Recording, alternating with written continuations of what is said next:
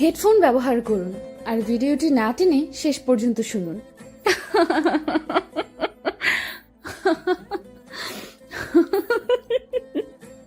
এই যে সুন্দরী, একা দাঁড়িয়ে আছো কেন? আমার জন্য নাকি? হোয়াট? বিশ্বাস করো সুন্দরী, তোমার রাঙা চোখের মায়ায় পড়ে গেছি, তোমার মায়াবী চেহারার প্রেমে পড়ে গেছি।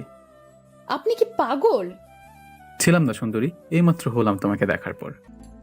রাস্তাঘাটে মেয়ে দেখলে ইফটিজিং করতে ইচ্ছে করে না? কি করবো বলো সুন্দরী, পুরনো অভ্যাস ছাড়তেই পারি না। তবে বিশ্বাস করো সুন্দরী, তোমার মতো রূপবতী আমার জীবনে যদি আগে দেখতাম, অনেক আগেই প্রেমিক হয়ে যেতাম। প্রেমিক হয়ে যেতেন? সত্যি প্রেমিক হয়ে যেতাম। তো এর আগে কতজনকে দেখে আপনার প্রেমিক হওয়ার ইচ্ছে জেগেছে বলবেন প্লিজ? বিশ্বাস করো সুন্দরী, এর আগে এমন কাউকে দেখে প্রেমিক হতে ইচ্ছা করেনি। মেয়েটি আগ্রহের সাথে কথা বলছে, পতে গেছে মনে হচ্ছে। তাই বুঝি? বিশ্বাস করো, তোমাকে দেখে আমার বুকের মধ্যে হার্টবিট বেড়ে গিয়েছে। হারামি, তোর ঢপ বন্ধ করবি? চল, দেরি হয়ে যাচ্ছে। আমি পিছনে ফিরে শামীমের দিকে রাগী চোখে তাকালাম। আমি আবার মেয়েটির দিকে তাকিয়ে দেখি মেয়েটি মিটমিট করে হাসছে। আসলে বন্ধু তো দুষ্টামি করে, বোঝনি তো। খুবই ভালো মতো বুঝেছি। তবে বিশ্বাস করো, তোমাকে দেখার পর আমার কেন যেন আজ প্রেমিক হতে ইচ্ছে করছে। তাই প্রেমিক হবেন? আচ্ছা বলুন তো, প্রেমিক বলতে আপনি কি বোঝেন? প্রেমিক বলতে কি বুঝি? বলুন। না মানে, বিষয়টা ভাবুক বিষয়, তবে আমার কাছে খুবই ইজি। আমার ভালোবাসা সম্পর্কে অনেক ভালো জ্ঞান আছে। ও মা, তাই? তাহলে বলুন, প্রেমিক প্রেমিকা বলতে আপনি কি বোঝেন? প্রেমিক হলো ছেলেরা, এদের কাজ সুন্দরী মেয়ে পটানো, না পটলে পিছনে লেগে থাকা। কিন্তু আমার আর পিছনে লেগে থাকতে হবে না, কারণ তুমি পটে গেছো।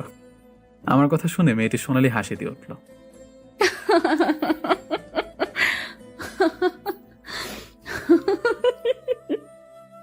আহ, কি হলো, কি হলো? তোমার সোনালি হাসি দেখে বুকের ভেতর কেমন জানি করে উঠল। ও মা, তাই? হ্যাঁ সুন্দরী। মেয়েটি এবার কেমন জানি সিরিয়াস হয়ে বলল। আমাকে যে এসে বিরক্ত করতেছেন, জানেন আমি কে? আমি আপনার কি অবস্থা করতে পারি জানেন? আমার কাছে আপনি হলেন আমার প্রেমিকা, যার প্রেমে একটু আগেই পড়েছি আমি। এর থেকে আর কি চিনবো বলো সুন্দরী? মেয়েটি হঠাৎ তার ব্যাগ থেকে পিস্তল বের করে বলল। এটা কি জানেন? ওমা! আমি অবাক চোখে পিস্তলের দিকে তাকিয়ে থাকলাম। কি ব্যাপার? মা বের হলো কেন মুখ থেকে? সুন্দরী বলবেন না? আপনি আমার ধর্মের বোন, বোন আমাকে মারবেন না। সুন্দরী প্রেমিক থেকে ধর্মের বোন হয়ে গেলাম। আমার ভুল হয়ে গিয়েছে বোন, আর কখনো রাস্তাঘাটে মেয়েদের দেখলে ইফটেজিং করবো না। তার আর সুযোগ পেলে তো এখনই আপনাকে আমি ওপারে পাঠিয়ে দেব। না না প্লিজ, মারবেন না আমাকে। যদি মারেন তাহলে তাহলে কি? আমি পুলিশকে বলে দেবো আপনি আমাকে খুন করেছেন। বেঁচে থাকলে তো বলবা চান্দু। আর আমি কে জানো? না, আপনি কে? বাহ, এখন তো চেনো না, তখন কি যেন বললে? ভুল হয়ে গিয়েছে আমার, বলুন প্লিজ আপনি কে? আমি হলাম ডিবি পুলিশ, মলি চৌধুরী মিষ্টি। ম্যাডাম ম্যাডাম, জীবনে আর এমন করবো না, মাফ করে দিন প্লিজ। ওকে, ক্ষমা করে দিতে পারি, তবে কথা দিতে হবে আজকের পর থেকে মেয়েদেরকে আর বিরক্ত করা যাবে না। এই জন্মে আর না। ওকে, যান এখান থেকে। আমাকে আর পাইকে সঙ্গে সঙ্গে ওখান থেকে পালালাম। জন্মে শিক্ষা হয়েছে, বড় বাচ্চা বেঁচে গেছি। এরপর আর কখনো মেয়ে দেখলেই কথা বলতে যাব না। এসব বলতে বলতে আমি চলে আসলাম, কিন্তু আমি চলে আসার পর মেয়েটি। হাইরে পিস্তল, নকল আর আসল দেখতে দুটোই এক। শতবার আমাকে সেভ করলি টিজার। মেয়েটি পিস্তলের দিকে তাকিয়ে এসব বলছিল, মানে পিস্তলটি নকল ছিল। পুরো বলদা হয়ে গেলাম। চাকরি ইন্টারভিউ দিতে বের হয়েছিলাম, রাস্তায় সুন্দরী মেয়েটিকে দেখে কথা বলতে গেলাম। কি হলো তারপর তো সবই দেখলেন। চাকরি চাকরি চাকরি, ভাইরে ভাই, বর্তমান বাংলাদেশে চাকরি খোঁজা মানে প্রশান্ত মহাসাগরে গহীন সোনা খোঁজার মতো। তাই আমি 2 বছর আগে মাস্টার্স পাস করে হাতে সার্টিফিকেট নিয়ে চাকরি খুঁজছি। কিছুদিন আগে একটি চাকরির পরীক্ষা দিয়ে ভাইবা পরীক্ষার জন্য ডাক পেয়েছি। এই নিয়ে কতবার যে ভাইবা পরীক্ষার জন্য ডাক পেয়েছি তা হিসাব করে শেষ করা যাবে না। মানে ভাই, সববারই ভাইবা পরীক্ষায় গিয়ে ফেল করে যাই। ওই একটাই কারণ, ওটি দাও আর চাকরি নাও। পুরো কপাল, ওটি নেই, তাই আমার কপালে চাকরিও নেই। কিন্তু নিরাশার মধ্যেও কিছু আশার আলো দেখার জন্য এখনো চাতক পাখির মতো চাকরি খুঁজে যাচ্ছি। রোজকার মতো আজও ভাইবা দিবার জন্য বের হলাম রুম থেকে। চাকরি হবে না জেনেও একটু আশার আলোর জন্য যাচ্ছি। বাড়ি আমার গ্রামে, ঢাকা এসেছি চাকরি খুঁজে। থাকি মামার বাসায়, মামার টাকাতেই চলছি ঢাকা শহরে। আমি একা চাকরি খুঁজছি না, সাথে বন্ধু শামীমও আছে। দুজনই মামার বাসায় থাকি। যাই হোক, আমি আর ইয়াসিন ভাইবা দেবার জন্য অফিসে গেলাম। প্রথমে ইয়াসিন গেল, তারপর আমি গেলাম। তারা বলল আপনারা যান, আমরা জানাবো। আমাদের বোঝা হয়ে গেল তারা জানাবে আমাদের মরার পর। আমরা অফিস থেকে বের হয়ে আসলাম। বন্ধু, চাকরি তো হবে না। তা শিওর হবে না। চল সিঙ্গারা পুরি খেয়ে বাসার দিকে যাই। চল। আমার ফোনে গ্রাম থেকে ফোন আসলো, মা কল দিয়েছে। শামীম তুই যা, আমি আসছি। ওকে। শামীম যাবার পর আমি কলটা ধরলাম। হ্যালো মা। হ্যালো বাবা, কেমন আছিস তুই?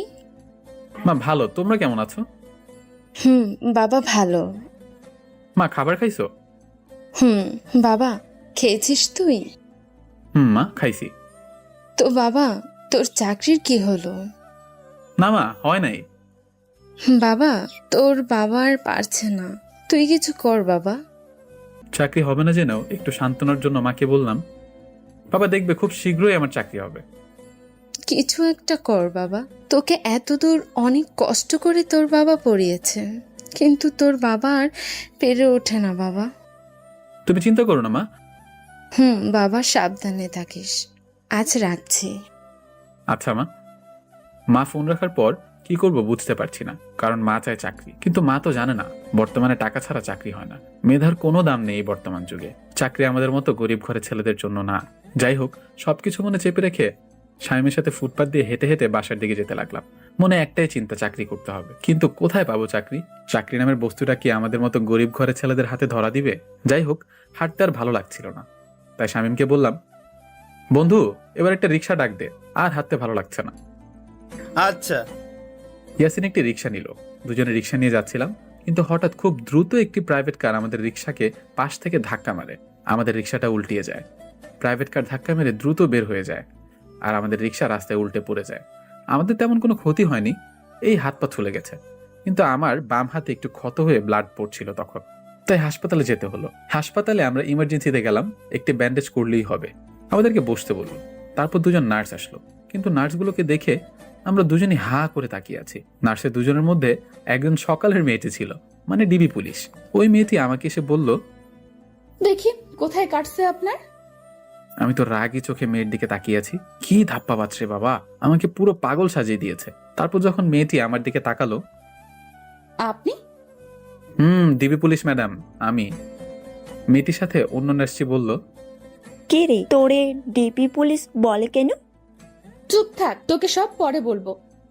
এই বলে মেয়েটি কেটে পড়ছিল। তখন আমি বললাম, এই যে কোথায় যাচ্ছেন ব্যান্ডেজ না করে? এই তো করছি। তারপর মেয়েটি আমার সামনে এসে আমার বাম হাত দেখতে লাগলো। আমি চুপ করেই ছিলাম। মেয়েটি যথেষ্ট সুন্দরী, তার সৌন্দর্যে মুগ্ধ হয়ে তাকে দেখছি। আমি তখন চুপে চুপে বলে উঠলাম, কি অপরূপ সৌন্দর্য তোমার, তোমার সৌন্দর্যে আমার রাগ মাটি হয়ে গিয়েছে। কথাটি শুনে মেয়েটি আমার দিকে তাকিয়ে রাগী কণ্ঠে চাপা গলায় বলল, এরকম ফালতু লোকের সাথে এরকম দুর্ঘটনা হওয়াই উচিত। রাগলেও কত সুন্দর লাগে দেখতে, ইস। আপনাকে তো আমি। এই বলে মেয়েটি অনেকটা ডেটল তুলায় জমিয়ে আমার কাটা স্থানে চেপে ধরলো। উফ, পুড়ছে। ইচ্ছে করে এমনটা করলো নার্স। পুড়ছে আমার, কিন্তু সে ছাড়ছে না। রাগী চোখে তাকিয়ে আছে আর বলল, দেখো কেমন মজাটা। পুড়ছে, ছাড়ুন প্লিজ। নার্সের সাথে ফাজলামি করার মজাটা দেখুন এবার। উফ, ছাড়ুন প্লিজ। চিল্লান কেন? কাটা জায়গায় স্যাভলন না লাগালে হবে না তো? আপনি তো ইচ্ছে করে আমাকে কষ্ট দিচ্ছেন। কে শোনে কার কথা? নার্স আমার কথা না শুনে আমার কাটা স্থানে কষ্ট দিচ্ছিল। অবশেষে যখন ছাড়লো, বাঁচলাম। আমাকে ছাড়ার পরে মেয়েটি আমার সামনে ঝুঁকে বলল, এরপর যদি আর কখনো আমার আশেপাশে দেখি তাহলে এর থেকে বড় কষ্ট দেব। মেয়েটির আঙুল নাড়ালো, মাথার চুলগুলো আমার সামনে লাফালাফি করছিল। সবকিছু মিলে অসম্ভব সুন্দর একটি মুহূর্ত তৈরি হয়ে গিয়েছিল আমার জন্য। তোমার সৌন্দর্য এক নজর দেখার জন্য তোমার পক্ষ থেকে আসা সব কষ্টই আমি সহ্য করে নিতে পারবো সুন্দরী। বিরক্ত হয়ে মেয়েটি আমার হাতে ব্যান্ডেজ করতে লাগলো। আমি মিষ্টির দিকে তাকিয়ে বললাম, একবার এই চোখের দিকে তাকাও সুন্দরী। কোনো কথা না বলে রাগী ভাব নিয়ে কাজ করতে লাগলো। সুন্দরী, তোমার নামটা কি জানো? মনে পড়ছে না। মিষ্টি চুপ করে আছে। আমি বললাম, ও হ্যাঁ মনে পড়েছে, মিষ্টি চৌধুরী। চুপ করবেন আপনি? ওকে চুপ। তারপর মিষ্টি মেয়েটি রাগী ভাব নিয়ে আমার হাতে ব্যান্ডেজ করলো। ব্যান্ডেজ করা শেষে চলে যাচ্ছিল। তখন আমি বললাম, আই সুন্দরী শুনুন। কি আবার? না মানে কখন কিভাবে ওষুধ খাবো আর ব্যান্ডেজটা কবে খুলবো এগুলো জানার জন্য যদি তোমার নাম্বারটা দিতে। ও হ্যালো, আপনার হাত ভাঙেনি আর অনেক বড় ক্ষতি হয়নি যে ওষুধ খেতে হবে, মানে নাম্বার নিবার ধান্দা নাকি? তাহলে কবে ব্যান্ডেজ খুলতে আপনার কাছে আসবো সেটি তো বলবেন। আই দেখুন, বেশি বাড়াবাড়ি করতেছেন কিন্তু। এই ব্যান্ডেজের জন্য আবার আসবেন মানে? আরে তা না, আমার মা বলেছে কোনো কিছুকে ছোট করে দেখা উচিত না। আপনি আসলেই বেয়াদব। এই বলে মিষ্টি রাগী ভাব নিয়ে চলে যাচ্ছিল। আমি বললাম, আমি কিন্তু আসবো ব্যান্ডেজ খোলার জন্য। এই বলে আমি হাসতে লাগলাম। তোর কি সব জায়গায় লুচ্চামি করতে হবে? বন্ধু, জীবনে অনেক লুচ্চামি করেছি, কিন্তু এই নার্সকে দেখার পর থেকে খুব ভালোবাসতে ইচ্ছা করছে রে। হারামি, তোকে আবার সামনে পেলে পিটাবো। ভাই, নার্সের নরম হাতে উফ কি যে শান্তি লাগবে। দুজনে হেসে উঠলাম। আমরা হাসপাতাল থেকে বের হয়ে আসলাম। তারপর সোজা মামার বাসায় আসলাম। দুপুরে বাসায় এসে রুমে ঢুকলাম। কিরে, চাকরির কি খবর? জানি না মামা, ভাইবা তো দিয়ে আসলাম, চাকরি হবে নাকি জানি না। দ্রুত কিছু একটা কর ভাগ্নে। তোর মা ফোন দিছিল, তাদের অবস্থা খারাপ, তোর বাবা অসুস্থ, তোকে এখন সংসারের হাল ধরতে হবে। মামা। মন খারাপ করিস না মামা, জানি চাকরি এত সহজ বিষয় না, চিন্তা করিস না, কোনো না কোনো ব্যবস্থা করে দিবে। মামা। যাও, দুজনে ফ্রেশ হয়ে খাবার খেয়ে নাও। আচ্ছা মামা। তারপর দুজনে ফ্রেশ হয়ে খাবার খেয়ে একটা ঘুম দিলাম। ঘুম থেকে উঠে বিকালের টাইমে একটু ঘোরাঘুরি করলাম, কিন্তু সন্ধ্যার পর তখন দেখলাম আমাদের দিকে একটি রিক্সা আসছিল। রিক্সায় ছিল হাসপাতালের নার্সটি। বন্ধু দেখ, সেই মেয়েটি হ্যাঁ, কিন্তু এদিকে কেন? হয়তো এদিকেই থাকে। হতে পারে। মেয়েটিও আমাদেরকে দেখেছে, কিন্তু কেন জানি অবাক চোখে আমাদের দিকে তাকিয়ে আছে। রিক্সাটা আমাদেরকে ওভারটেক করে চলে গেল, কিন্তু রিক্সাটা আমাদের গলির সামনে গিয়ে দাঁড়ালো, তাই আমরাও দাঁড়ালাম। কিরে, দাঁড়ালি কেন? দেখ, নার্সের রিক্সাটা আমাদের গলির সামনে দাঁড়িয়ে আছে, চল যাই একটু কথা বলি। হারামি, তাও তোর লুচ্চামি করতে হবে? আরে তা না, দেখবো মেয়েটির বাসা কোথায়। আমি শামীমকে জোর করে টানতে টানতে রিক্সার কাছে নিয়ে গেলাম। রিক্সার কাছে যেতেই মিষ্টি মেয়েটির আর রিক্সাওয়ালার কথাবার্তা শুনতে পেলাম। না আপা, টাকা না দিয়ে আপনি যেতে পারেন না। বোঝার চেষ্টা করুন প্লিজ, আমি ভুলে আমার পার্সটি হাসপাতালে রেখে আসছি। আপনি একটু অপেক্ষা করুন, আমি বাসা থেকে টাকা এনে দিচ্ছি। না আপা, আপনি টাকা দেন আমার। আমরা তখন ওখানে গিয়ে বললাম, কি ব্যাপার মামা, কি হয়েছে? দেখুন মামা, ভাড়া দিচ্ছে না, বলতেছি অপেক্ষা করতে, বাসা থেকে এনে দিবে। মেয়েটি আমাদের দেখে লজ্জায় মাথা নিচু করে ফেললো। হয়তো ভাড়া দিতে পারছে না বলে লজ্জা পাচ্ছে। উনি ওনার টাকা ব্যাগে ভুলে হসপিটালে রেখে এসেছে। শোনো মামা, উনি একটা মেয়ে, তাও রাত, হয়তো উনি ভুলে তার পার্সটা রেখে আসছে, তাই বলে তুমি ওনাকে যেতে দিবে না? উনি তো বলেছে বাসা থেকে এনে দিবে। সত্যি বলছি, আমি ভুলে পার্সটা রেখে আসছি। আমার বাসা এখানে, আমি এনে দিচ্ছি এখনই। আচ্ছা মামা, তোমার ভাড়া কত? 50 টাকা মামা। এই নাও টাকা। টাকা পেয়ে রিক্সা চালক চলে গেল। আপনাকে অসংখ্য ধন্যবাদ। ওয়েলকাম মিস সুন্দরী। আপনি কি করবো বলো সুন্দরী? তো ফাজিল কেন আপনি? আপনাকে দেখলে ফাজলামিটা চলে আসে। ধুর। আচ্ছা শোনেন, হেল্পের জন্য ধন্যবাদ, টাকাটা আমি আপনাকে পরে দিয়ে দেব। টাকা লাগবে না, তবে যদি আপনি প্রতিদিন 1 টাকা করে 50 দিনে 50 টাকা শোধ করেন তাহলে আমি নিব। কেন? তা হবে কেন? কারণ এভাবে টাকাটা নিলে 50 দিন আপনাকে দেখতে আর কথা বলতে পারবো। আপনি না একটা ধ্যাৎ। নার্স রেগে চলে যাচ্ছিল। এই যে ম্যাডাম, বাসার নাম্বারটা বলে যান, টাকা নিতে আসবনি। জি না, কোনো দরকার নেই, আমি নিজ দায়িত্বে আপনাকে খুঁজে টাকাটা দিয়ে আসব। উফ, তোমার মতো সুন্দরী মেয়ে আমাকে খুঁজবে, ভাবতে অদ্ভুত একটা অনুভব পাচ্ছি। আজও। মেয়েটি দ্রুত চলে গেল। মেয়েটি চলে যাওয়ার পর খাবার খেয়ে গ্রামে বাবা মার সাথে কথা বললাম। কথা বলা শেষে কি করব, ঘুম আসবে না, তাই রোজকার মতো আজকেও পার্সোনাল ডায়েরিটা হাতে নিলাম। কলম ডায়েরি নিয়ে ছাদে চলে আসলাম। প্রতিদিন ছাদে এসে আমার ডায়েরিতে কবিতা লিখি। ছন্দের তালে ভালোবাসার কবিতা লিখতে ভালো লাগে, কিন্তু ছাদে আসার পর আজ কেন যেন কবিতা লিখতে ভালো লাগছিল না। আজ মনটা কেন জানি সেই নার্সকে নিয়ে লিখতে বলছে, তাই আজ সারাদিন যা ঘটলো মেয়েটির সাথে সেগুলোই লিখতে লাগলাম ছাদে, গুটি গুটি হাঁটি হাঁটি করে। কিন্তু মেয়েটিকে নিয়ে লেখার সময় আমার নিজের লেখা কিছু কথা মনে পড়ে গেল, যাহা আমার ডায়েরিতে লেখা রয়েছে। আমি মরিয়া হয়ে সেই পেজটার সন্ধান করতে লাগলাম। কিছুক্ষণ খোঁজার পর পেয়েও গেলাম। কবিতাটি দেখার পর আজ কেন জানি পড়তে খুব ইচ্ছা করছিল, তাই আমি মৃদু কণ্ঠে কবিতা পড়তে লাগলাম। একদা দেখিছে তোমায় এক প্রভাতে, আবার যখন দেখা হবে খানিক যদি থমকে যাই, বেলি ফুলের গন্ধে কোথাও একটুখানি চমকে যাই, তাকিও তখন চোখ, হাসি মুখে বুকের ভেতর কে কেঁপে যায় শোকে। আমার পড়াটা শেষ হওয়া মাত্রই পিছন থেকে একটি কণ্ঠ ভেসে আসলো।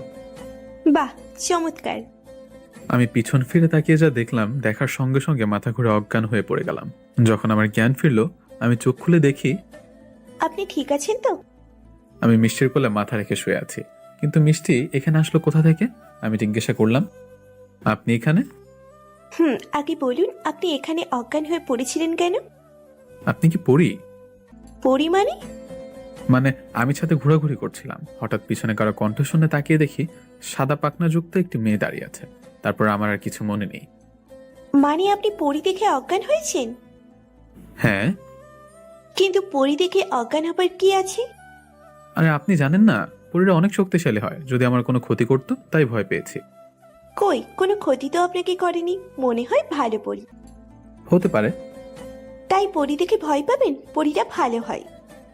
আপনি জানেন কিভাবে পরীরা ভালো হয়? আর আপনি এখানে আসলেন কিভাবে? আমি পরিদের সম্পর্কে সব জানি, কারণ আমি ওই নার্স না। মানে কি? শান্ত হন, শুনুন, আমি এই পথ দিয়ে যাচ্ছিলাম, কিন্তু আপনার চমৎকার ছন্দের তালে ভালোবাসার বাক্যগুলো থামতে হলো। তারপর যখন আপনার সাথে কথা বলার জন্য আসলাম, কিন্তু আপনি তো আমাকে দেখেই অজ্ঞান হয়ে পড়ে গেলেন। এখান দিয়ে যাচ্ছিলেন মানে? প্লিজ ভয় পাবেন না, আমি মিষ্টি না। মানে আপনি যেই নার্সকে ভালোবাসেন সেই মেয়ে আমি না। আমি হলাম ভিন গ্রহের প্রাণী, মানে আপনারা যাকে বলেন পরি। আপনি মজা করছেন? না, মজা করতেইছি না। আমি প্রথমে আমার রূপে আপনার সামনে আসলাম, কিন্তু আপনি অজ্ঞান হয়ে গেলেন। তাই আপনি যাকে নিয়ে লেখালেখি করতেছিলেন তার রূপ ধারণ করে আসলাম, যাতে আপনি ভয় না পান। মানে আপনি পড়ি? আমি ভয় ভয়ে পিছু যেতে লাগলাম। আরে আবার ভয় পাচ্ছেন কেন? আমি আপনার কোনো ক্ষতি করব না, ভয় পাবেন না প্লিজ। আমি বিশ্বাস করি না আপনি পড়ি। আচ্ছা, কি করলে বিশ্বাস করবেন? আপনি পড়ি হন, তারপর বিশ্বাস করব। আচ্ছা হচ্ছি, কিন্তু আপনি আবার অজ্ঞান হবেন না তো? না না, হব না, আপনি পড়ি হন। ওকে, হচ্ছি। মেয়েটি এ বলার সাথে সাথে মেয়েটি তার কপালে তার ডান হাত রাখলো, আর সঙ্গে সঙ্গে একটি আলোর বিকিরণ বয়ে গেল আমার সামনে। আলোর বিকিরণ শেষ হবার পর আমি স্পষ্ট দেখতে পেলাম আমার সামনে দুইটি ডানা নিয়ে দাঁড়িয়ে আছে একটি পরী। মেয়েটির ডানার মতোই মেয়েটির হাত পা দুধের মতো সাদা। মেয়েটির মাথায় একটি জ্বলন্ত আলো জল করছে। এগুলো দেখে আমার মাথা ভো ভো করে ঘুরতে লাগলো। এখন বিশ্বাস করলেন তো? এ এক অদ্ভুত চিকন কণ্ঠ, যা বারবার শুনতে ইচ্ছা করে। আমি এখন ভয় আর দাঁড়িয়ে থাকতে না পেরে আমি প্রচন্ড জোরে এক চিৎকার দিয়ে অবাক হয়ে অজ্ঞান হয়ে পড়ে গেলাম। মামা গো!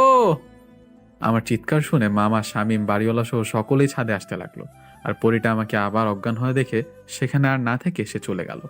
এদিকে আমার চিৎকার শুনে সকলে ছাদে এসে দেখে আমি অজ্ঞান হয়ে পড়ে আছি। কি হয়েছে তোর? মনে হয় অজ্ঞান হয়ে পড়ে গেছে, মুখে পানি ছিটাও। শামিম, পানি নিয়ে আয়। তারপর আমার মুখে পানি মারার পর আমার জ্ঞান ফেরে। কি মামা, কি হয়েছে? অজ্ঞান হয়েছিলে কিভাবে? আমি চোখটা মেলে ছাদের দরজার দিকে তাকালাম। ছাদের দরজার কাছে আমি সেই নার্সকে আবার দেখতে পেয়ে আমার চোখ বড় বড় করে ফেললাম। নার্সটিও আমার দিকে কেমন করে যেন তাকালো। আমি আমার আঙুল দরজার কাছে দাঁড়িয়ে থাকা নার্সের দিকে দিয়ে বললাম, মামা পড়ি। সকালে দরজার দিকে তাকালো। মামা, উনি মানুষ না, উনি পড়ি, মানুষ সেজে আছে। নার্স মেয়েটি এগুলো শুনে বোকার মতো হা করে তাকিয়ে আছে আমার দিকে। আরে ও তো মিষ্টি, বাড়িওয়ালার মেয়ে। বাড়িওয়ালার মেয়ে? বাড়িওয়ালার মেয়ে মিষ্টি। কই, আগে তো এই বিল্ডিং এ দেখিনি। আরে ও তো পড়াশোনার জন্য হোস্টেলে থাকতো, করোনার জন্য সব ছুটি বলে বাসায় আসছে কিছুদিন আগে। কিন্তু কথা হলো, তুই অজ্ঞান হলি কিভাবে? মামা, পড়ি আসছিল আমার কাছে। কি পড়ি? হ্যাঁ, আমার সাথে কথা বলতে আসছিল। আমি সব খুলে বললাম। দূর পাগল, পড়ি বলতে কিছু হয় না, তুই ভুল দেখছিস।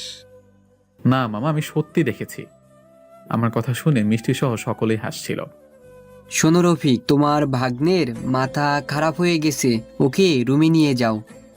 বাড়িওয়ালা এই বলে হাসতে হাসতে তার মেয়েকে নিয়ে চলে গেল। তুই রুমে আয়। তারপর আমরা রুমে গেলাম। রুমে যাওয়ার পর আমি সবাইকে বিশ্বাস করাতে চেষ্টা করছিলাম, কিন্তু কেউ বিশ্বাস করছিল না। তাই আমি চুপচাপ খাবার খেয়ে শুয়ে শুয়ে ভাবতে লাগলাম, তাহলে সব আমার মনের ভুল ছিল। এইসব ভাবতে ভাবতে ঘুমিয়ে পড়লাম। সকালে ঘুম থেকে উঠে ছাদে গেলাম দাঁত ব্রাশ করতে করতে। ছাদে গিয়ে দেখি ওই নার্সটি ছাদে ফুলের গাছে পানি দিচ্ছে।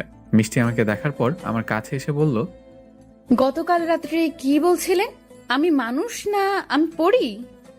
বিশ্বাস করুন, আমি সত্যি বলছি, আমি পরি দেখেছি। আপনার রূপ ধারণ করে আমার সাথে কথা পর্যন্ত বলেছে। সত্যি বলতে কি জানেন, আমি শুধু জানতাম আপনি শয়তান একটি ছেলে, কিন্তু আপনার মাথায় যে সমস্যা আছে আজ জানলাম। আমার কথা বিশ্বাস করুন, আমি সত্যি বলছি। আপনি একটা কাজ করুন, পাবনায় ভর্তি হন, ওখানে অনেক পরী আছে। এই বলে হাসতে হাসতে চলে গেল। আমি ওখানেই দাঁড়িয়ে থাকলাম, কাউকে বিশ্বাস করাতে পারছি না। রুমে এসে শামীমকে সব খুলে বললাম, কিন্তু হারামিও কিছু বিশ্বাস করছে না। যাই হোক, এসব ভাবতে ভাবতে সারাদিন কেটে গেল রুমের মধ্যে। কিন্তু বিকেলে যখন রুমে শুয়ে আছি, তখন আমার ফোনটা বেজে উঠল।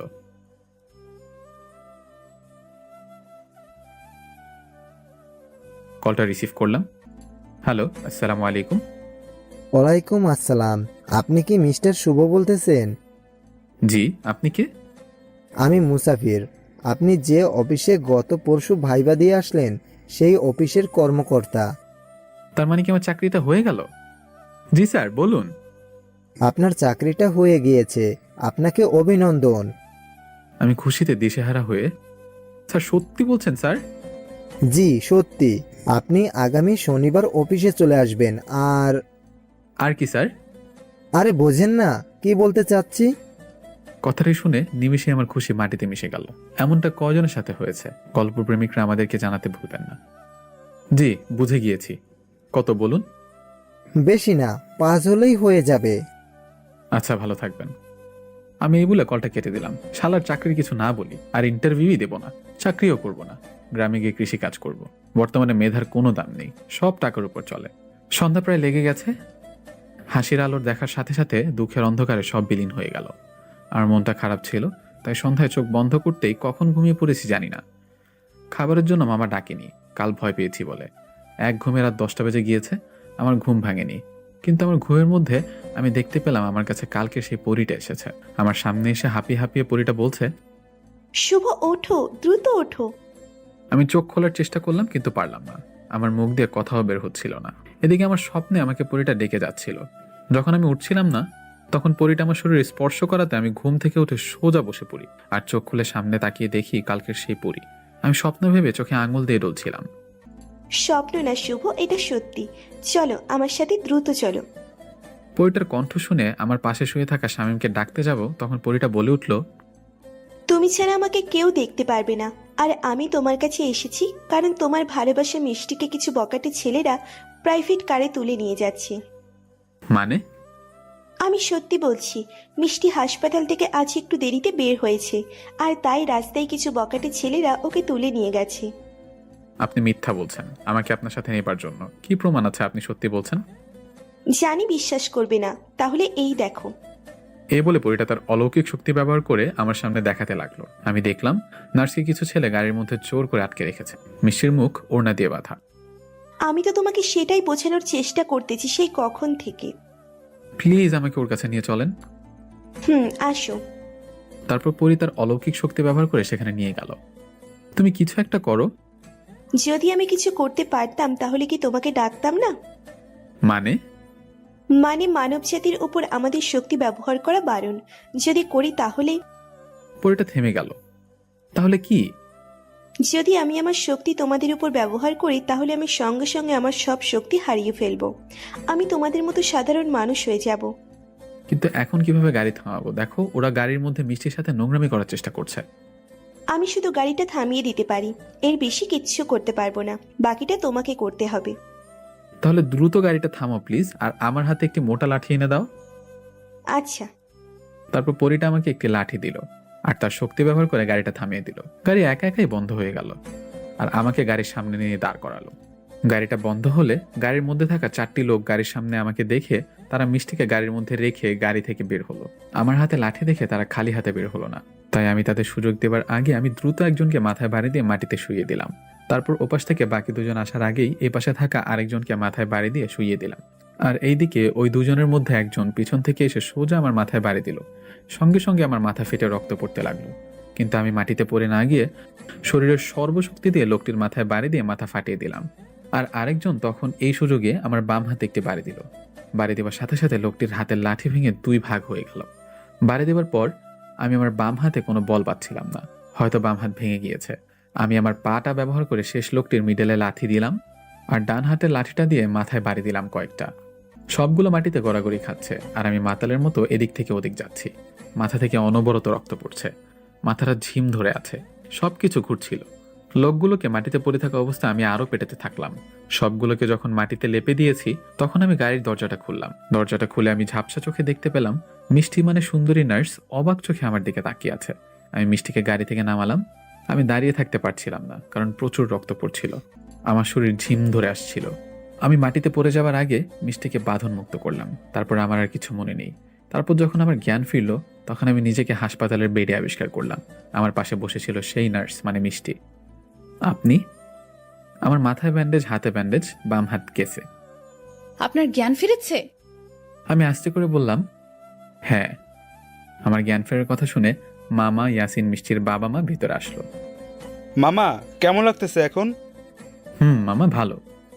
বাবা, তুমি আমার মেয়েকে অনেক বড় বিপদ থেকে বাঁচিয়েছো। তোমাকে যে কি বলে ধন্যবাদ দিব আমি জানি না। আঙ্কেল, এটি আমার কর্তব্য ছিল। তোমরা কেউ ওনার সাথে কথা বললো না, উনি কথা বললে মাথায় সমস্যা হবে। আমি রুমের মধ্যে পরীকে দেখতে পেলাম। আমি ছাড়া তো কেউ দেখতে পাবে না। পরীটা আমার দিকে তাকিয়ে একটি হাসি দিয়ে ফাইন দেখালো হাত দিয়ে। ঠিক বলছো, ওর সাথে কেউ কথা বলো না। তোমরা সকলে বাইরে যাও, ওনাকে রেস্ট নিতে দাও। ওকে। সকালে রুম থেকে বের হলো। তারপর মিষ্টি আমার কাছে এসে বলল, একটু কষ্ট করে উঠে বসতে হবে, একটু ওষুধ খেতে হবে। এত সুন্দর করে কথা এর আগে বলেনি। আমি তো পারবো না উঠতে, বাম হাত ভাঙা। ওকে, আমি উঠিয়ে দিচ্ছি। এ বলে মলি আমাকে ধরে বসালো। নেন, খান। আমি ওষুধটা নিয়ে খেলাম। ওষুধ খাওয়া শেষে মিষ্টি একটি চেয়ার নিয়ে আমার সামনে বসলো আর বলল, আমি কিছু কথা বলবো, সব কথার উত্তর দিবেন, তবে আস্তে আস্তে। তার আগে আমার কিছু কথা আছে। কি কথা? আমি আপনাকে বাংলা সিনেমার নায়কের মতো বাঁচালাম। তোমার তো এখন আমার প্রেমে পড়ে যাবার কথা। তাই? তুমি আমাকে এখন বলবে তোমাকে ভুল বুঝছি, আমাকে ক্ষমা করে দাও, আর আমি তোমাকে ভালোবাসি। না, বলবো না তো। কেন? তুমি কি আমার প্রেমে পড়োনি? না তো। পড়ো নাই? না মানে, আপনি কি ভালো হবেন না? হাসপাতালের বেডে শুয়ে আছেন, তাও শয়তানি করতেছেন। কি করব তাহলে? আগে আমার প্রশ্নের উত্তর দিন। কি? আপনি জানলেন কিভাবে? আর আমাকে খুঁজে বের করলেন কিভাবে? রুমের মধ্যে পড়ে সব শুনছে আর হাসছে। আমি বলতে পারি, তবে তুমি কি বিশ্বাস করবে? অবশ্যই করব, বলেন। আগে কথা দাও, কথাগুলো কাউকে বলবে না। আচ্ছা, বলবো না, বলেন। তুমি বিপদে আছো, কোথায় আছো, এই সব কিছু আমাকে বলেছে সেই দিন রাত্রে পরীটা। মানে এখনো ফাজলামি? বলেন প্লিজ সত্যিটা। এই তো বিশ্বাস করছেন না। Okay wait. আমি এই বলে পরীটাকে বললাম, পরী তুমি মিষ্টির সামনে এসো তো। কার সাথে কথা বলেন? চুপ করো, পরী আসো প্লিজ। পরীটা না করলেও আমার চাপে আসতে বাধ্য হলো। কি এখন বিশ্বাস হলো? তার মানে সেদিন রাত্রে সব কথা সত্যি ছিল? আপু সত্যি ছিল। কিন্তু আমি তো জানতাম পরি বলতে কিছু নেই। ভুল জানতে, এখন সঠিকটা দেখে জেনে নাও। সেটাই তো দেখছি। তারপর পরীটা হঠাৎ বলে উঠল, তোমরা থাকো, আমাকে যেতে হবে, আমার ডাক পড়েছে। আগামী 1 মাস পৃথিবীতে আসা বারণ আমাদের, তাই আসতে পারবো না। কেন আসতে পারবে না? কারণ আমাদের রাজ্যের রাজার মেয়ের বিবাহ, এই জন্য। আমি আসি, তোমরা দেখে শুনে থেকো, 1 মাস পর দেখা হবে। আচ্ছা, মিস করবো খুব। আমিও অনেক মিস করব। এই বলে পরীটা চলে গেল। কি সুন্দরী, চুপ কেন? আমি সত্যিই অবাক, বাস্তবে পরি আছে জেনে। যাই হোক, এখন সুন্দর করে লাভ ইউ বলে দাও। মানে এটা বলবো কেন? আজব, যদি আমাকে এখন ভালোবাসি না বলো তাহলে তো পুরো বাংলা সিনেমার কাহিনীকে অবমাননা করা হবে। থাক। বিরক্ত হয়ে মলি রুম থেকে বের হয়ে গেল। আমার আর ভালোবাসি কথাটা শোনা হবে না, গল্পেও না বাস্তবেও না। যাই হোক, আমার সুস্থ হতে 1 মাস লেগে গেল। মলি আমাকে অনেক সেবা যত্ন করে, কিন্তু ভালোবেসে করছে নাকি নার্সের কর্তব্য থেকে করছে জানি না। তবে এখন আমরা অনেক ক্লোজ হয়ে গিয়েছি। বন্ধুর মতো আচরণ করে মিষ্টি আমার সাথে, কিন্তু আমাকে ভালোবাসে কিনা এটি বলে না। যাই হোক, এভাবে একদিন আমি আর শামীম ঘুরতে বের হয়েছিলাম। তখন আমরা দেখতে পেলাম মিষ্টি একটি ছেলের হোন্ডার পিছনে বসে আছে। মিষ্টি ছেলেটির কাঁধে হাত রেখে কথা বলতে বলতে কোথায় যেন যাচ্ছে। বন্ধু, মিষ্টি মনে হলো। মিষ্টি তো। ছেলেটি কে? জানি না। চল তো দেখি। না থাক, বাদ দে। বাদ দেবো কেন? জানতে হবে না কে? যদি বয়ফ্রেন্ড হয় তাহলে তোকে এতদিনে ঘুরালো কেন? বাদ দে। তুই আয় তো।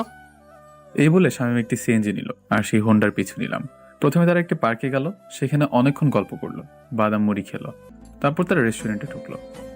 বন্ধু, কিছু বুঝতে পারলি? বন্ধু, আমরা অনেক সময় চোখে যা দেখি আর মনে যা ভাবি সেটি সত্য নাও হতে পারে। আমি বুঝলাম না, তুই এখনো শান্ত আছিস কিভাবে? আমার তো রাগে গা জ্বালা দিচ্ছে। শোন বন্ধু, এখানে রাগার মতো কিছু নেই। তুই ভেবে দেখ, মিষ্টি কিন্তু এখন আমাকে বলেনি সে আমাকে ভালোবাসে। আমাদের মধ্যে তেমন কিছুই হয়নি। এখন যদি আমরা জানতে পারি মিষ্টির বয়ফ্রেন্ড আছে, তাহলে আমরা মিষ্টির খারাপ মেয়ে বলতে পারবো না, কারণ সে আমাকে বলেনি যে সে আমাকে ভালোবাসে। তা ঠিক, কিন্তু তোকে যে ভালোবাসতে পারবে না বা ওর বয়ফ্রেন্ড আছে, এগুলো তো কিছুই বলেনি। আচ্ছা বাদ দে তো, আমার বুকের ভেতর কেমন যেন করছিল, খুব কষ্ট হচ্ছিল মিষ্টিকে অন্য ছেলের সাথে দেখে। চল আমরা কথা বলি ওদের কাছে গিয়ে। পাগল হয়েছিস তুই? চল বাসায় চল। আমি এই বলে শামীমকে নিয়ে বাসায় চলে আসলাম। বাসায় আসার পর আমি ছাদে গিয়ে দাঁড়িয়েছিলাম মন খারাপ করে। পরীকে আজ অনেক মিস করছিলাম। যদি পরীটা থাকতো ওর কাছে মনের কথাগুলো শেয়ার করতে পারতাম। এসব যখন ভাবছি তখন নিচে দেখলাম সেই ছেলেটি হোন্ডায় করে মিষ্টিকে বাসার সামনে নামিয়ে দিল। মিষ্টির হাতে ফুলের তোড়া ছিল। আমি চুপটি করে চাপা কষ্ট বুকে চেপে রেখে আকাশের দিকে তাকিয়েছিলাম। কিন্তু এদিকে মিষ্টি তাদের রুমে যাবার আগে আমাদের রুমে কলিং বেল বাজালো। দরজা এসে শামীম খুলল। শামীম মিষ্টির হাতে ফুলের তোড়া দেখলো। কি খবর শামীম, কেমন আছো? ভালো। কি ব্যাপার, মন খারাপ নাকি? না, তেমন কিছু না। তো তোমার বন্ধু কোথায়? আমাকে খুঁজতে দেখে ইচ্ছা করে মিথ্যা বলল। ও তো বাসায় নেই, ও একটু বাইরে গেছে। ওহো ওহো, আচ্ছা। হ্যাঁ, ভিতরে আসুন। না থাক, পরে এক সময় আসবো। তুমি তোমার বন্ধুকে বলো আমাকে কল দিতে। এই বলে মিষ্টি চলে গেল। মিষ্টি চলে যাবার পর শামীম দরজাটা আটকে দিল। আর এদিকে আমার মনে অনেক আজেবাজে কথা ঘুরপাক খাচ্ছিল। হয়তো মিষ্টির আপন মানুষ আছে বলেই আমাকে গ্রহণ করেনি, আবার নাও হতে পারে। তবে যদি আপন মানুষ থেকে থাকতো তাহলে মিষ্টি আমাকে বলতে পারতো। আমি এসব কথা ভাবতে ভাবতে রুমে এসে ঘুমিয়ে পড়লাম। পরের দিন আমার মাথায় সেলাই কাটার জন্য মিষ্টির কাছে যাবার কথা ছিল, কিন্তু আমি সেখানে যাইনি। তাই মামার কাছে সকালে বললাম, মামা। মামা বলো। মামা, আমার এক বন্ধু ডাক্তার। গতকাল রাত্রে সেই বন্ধুর সাথে আমার বিষয় নিয়ে কথা হয়েছে। ও বলল আমার কাছে আয়, আমি সেলাই খুলে দিব। ভালো কথা, যাবি? আচ্ছা, মিষ্টি যদি ফোন করে বলে দিও। আচ্ছা, তবে একটি কথা। কি মামা? তোর মামি আর তোর বোন আসতেছে। গ্রাম থেকে? হ্যাঁ, ওদেরকে নিয়ে এখন ঢাকায় সেটেল হয়ে যাব। এ তো খুব ভালো। হ্যাঁ, আমি আসি আজ। এই বলে মামা তার কাজে চলে গেল। মামা যাবার পর, ওই, তোর কোনো বন্ধু ডাক্তার? কেউ না। তাহলে মামাকে মিথ্যে বললি কেন? আমি মিষ্টির সামনে যেতে চাচ্ছি না। ও, এই ব্যাপার। হ্যাঁ। তাহলে কার কাছ থেকে সেলাই খুলবি? কেন, ঢাকায় কি ক্লিনিকের অভাব আছে নাকি? চল এখনই যাব। ওকে, চল। তারপর আমরা বের হলাম সেলাই খোলার জন্য। এদিকে মিষ্টি হাসপাতাল আমার জন্য ওয়েট করছিল। আমাকে না আসতে দেখে মিষ্টি আমাকে কল দিল।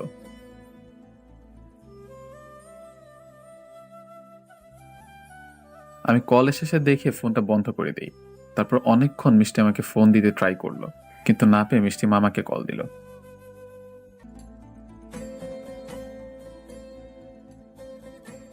হ্যালো মামা। মিষ্টি বলো। মামা, শুভ কোথায়? এখনো আসলো না তো সেলাই খোলার জন্য? ওহো, ওর এক বন্ধু ডাক্তার, তার কাছে গিয়েছে সেলাই খোলার জন্য। ও আচ্ছা। মিষ্টির মনটা খারাপ হয়ে গেল কথাটা শুনে। আচ্ছা, একটু বিজি আছি, পরে কথা বলবো। আচ্ছা মামা। এই বলে মামা কল কেটে দিল। আর এদিকে মিষ্টির মনটা খারাপ হয়ে গেল। দেখতে দেখতে এভাবে 3 দিন কেটে গেল। এই 3 দিন মিষ্টির সাথে দেখা কথা কিছুই হয়নি। মিষ্টি যাতে আমাকে কল না দিতে পারে এর জন্য আমি আমার ওই নাম্বারটা বন্ধ করে রেখেছি। মিষ্টি এই কয়দিন আমার সাথে কথা বলার জন্য অনেক চেষ্টা করেছে, কিন্তু আমি সুযোগ দিইনি। কিন্তু আজকে মিষ্টির বাবা মা আমাদের বাসায় এসে দাওয়াত দিয়ে গিয়েছে। আজ সন্ধ্যার পর তাদের বাসায় যেতে বলেছে সবাইকে। মিষ্টিকে বিপদ থেকে বাঁচিয়েছি এর জন্য, কিন্তু আমি মামার শামীমকে পাঠিয়েছি। আমি মামাকে বলেছি আমার পেট খারাপ, তাই যাব না। তারপর মামার শামীম গেল। শামীম যেতে চাচ্ছিল না, তাও গেল। কিন্তু আজও মিষ্টি আমাকে দেখতে না পেয়ে মামাকে জিজ্ঞেস করলো, মামা শুভ কোথায়? ওর শরীর খারাপ, তাই আসেনি। বাবা, আমি যাচ্ছি। এই বলে মিষ্টি আমাকে ডাকার জন্য আমাদের রুমের দিকে আসছিল। আমি জানতাম আমাকে না দেখে মিষ্টি আসতে পারে, তাই রুম আটকিয়ে ছাদে চলে এসেছি। কিন্তু মিষ্টি দরজা আটকানো দেখে মিষ্টি খুঁজতে খুঁজতে ছাদে চলে আসলো। ছাদে এসে আমাকে দেখে পিছন থেকে বলল। কি সমস্যা আপনার? কি হয়েছে? আমি পিছনে ফিরে তাকালাম। আপনি এখানে? আমি এখানে। আগে বলুন, আপনি আমার সাথে এমন করতেছেন কেন? কি করলাম আমি? কি করছেন জানেন না? না তো, কি করেছি? আপনি ভালো করেই জানেন আমি কি নিয়ে কথা বলতেছি। আজব, সত্যি আমি বুঝছি না কিছু। আপনি আমাকে গত কয়েকদিন যাবত ইগনোর করতেছেন। আরে ভুল বুঝছেন, আমি ইগনোর করবো কেন? এই একদম মিথ্যা বলবেন না। আমি কল দিলে নাম্বার বন্ধ করে রেখে দেন। আমাকে আপনাদের বাসায় যাওয়া দেখলে আপনি বাসা থেকে পালান। এমন কেন করতেছেন? না না, ভুল বুঝছেন আপনি। আমি একটু বিজি ছিলাম, তাই আপনার সাথে দেখা করতে পারিনি, কথা বলতে পারিনি। তাই? সত্যি বলছি। তো কি নিয়ে এত বিজি ছিলেন আপনি? এই একটু কাজ নিয়ে বিজি ছিলাম। তো আপনি এখানে কেন? আমি এখানে কেন? ওহো, বুঝেছি, দাওয়াত দিয়েছেন যাইনি বলে। আসলে আমার শরীরটা ভালো নেই, তাই আর কি যাইনি। আপনি যে মিথ্যাও বলেন জানতাম না। সত্যি আমার শরীর খারাপ, মিথ্যা বলছি না। চুপ করুন, আপনার শরীর খারাপ কিনা দেখতেই পারতেছি। আসলে কোনো কথা শুনবো না আপনার আর। এখনই আপনি আমার সাথে আমাদের বাসায় যাবেন। আসুন। মিষ্টির রাগ দেখে আমি চুপচাপ বললাম, আচ্ছা চলুন। তারপর সোজা মিষ্টিদের বাসায় গেলাম। মিষ্টিদের বাসায় যাওয়ার পর তারপর আমি খাবার টেবিলে বসলাম, আর মিষ্টি আমার কাঁধের কাছে এসে দাঁড়ালো আর ইচ্ছা মতো খাবার প্লেটে দিতে লাগলো। আরে আরে, করছেন কি? আমি এত খেতে পারবো না। তা বললে তো হবে না। আপনার শরীর ভালো করে দিব খাবার খাইয়ে। মানে কি?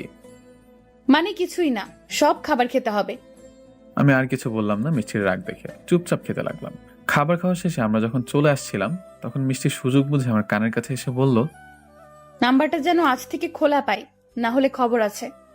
আমি কিছুই বললাম না। মিষ্টির দিকে একটু তাকিয়ে বের হয়ে আসলাম। আমার রুমে আসার পর আমি ভাবতে লাগলাম, মিষ্টি এমন করছে কেন? ও তো আমাকে ভালোবাসে না, তাহলে এমন করলো কেন? এসব ভাবতে ভাবতে মিষ্টির বলা কথাটা মনে পড়ে গেল। নাম্বার খোলা না পেলে আমার কপালে শনি আছে।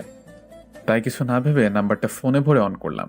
নাম্বারটা অন করার 1 মিনিটের মধ্যে 50টা SMS আসলো মিষ্টির নাম্বার থেকে। মিস কল অ্যালার্ট সার্ভিস চালু করা ছিল, তাই দেখতে পেলাম মিষ্টি আমাকে মোট 30 বার কল করেছে। আমি তো এগুলো দেখে পুরাই অবাক। মিষ্টি আমাকে কেন এত কল বা SMS দিবে? তাহলে কি মিষ্টিও আমাকে ভালোবাসে? যদি আমাকে ভালোবাসে তাহলে ওই ছেলেটিকে।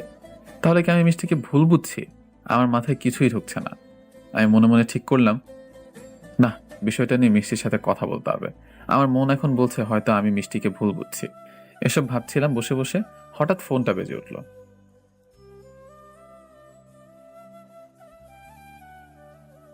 দেখলাম মিষ্টির নাম্বার থেকে কল এসেছে। আমি কলটা রিসিভ করলাম। হ্যালো। কেমন আছেন? হ্যাঁ ভালো, আপনি? ভালো। তো SMS গুলো দেখছেন? দেখলাম। ভালো, কিছু বলবেন না? ভাবলাম ওই ছেলেটাকে নিয়ে এখনই বলি, কিন্তু সামনাসামনি বলাটা ভালো হবে, তাই ভেবে বললাম না। কি বলবো? কিছুই বলার নেই? না। ওহো, তাহলে এটি বলুন, আমাকে আপনি করে বলতেছেন কেন? আগে তো বলতেন না। এমনি বলেছে, আমি এড়িয়ে চলছি সব কথা। ও আচ্ছা, তাহলে ঘুমান, আমি রাখি। তারপর যখন মিষ্টি কলটা কাটতে যাবে, তখন আমি বলে উঠলাম, শুনুন। বলুন।